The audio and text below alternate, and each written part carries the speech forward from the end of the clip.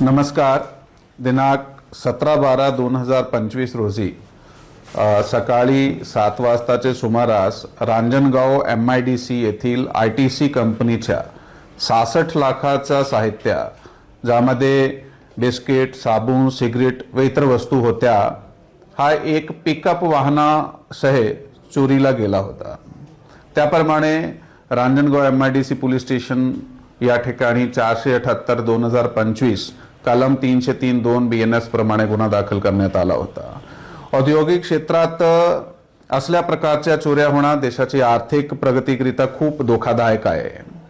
यामध्ये विशेष लक्ष घालून additional SP Pune rural Shri Ramesh Chopade, त्याच्याबरोबर SDPO शिरूर प्रशांत ढोले यांच्याबरोबर चर्चा करून ते रांजणगाव पोलीस स्टेशनचे श्री महादेव वाघमोडे जे इन्चार्ज आहात त्यांना सूचित करण्यात आला होता आणि त्याने तात्काळ त्याची एक विशेष टीम जे आहे ते आरोपी शोध आणि मुद्देमाल रिकव्हरीसाठी पाठवली.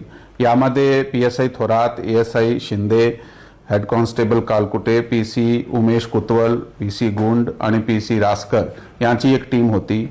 या टीमने 72 तासाच्या आत खूप कष्ट घेऊन CCTV तपासून तसा गोपनीय माहिती काढून माहिती काढली. त्यामध्ये विशेष करून PC उमेश कुतवल जे आहे त्यांनी खूप म्हणजे तकनिकी तपास करून हा गाडीचा शोध लावला. त्यातून तो जो मुख्य आरोपी आहे याचा प्रथमेश चौहान वाघोलीचा राहणार आहे, त्याचा शोध लावला. सापळा रचला गेला आणि प्रथमेश चौहानला अटक करण्यात आली होती.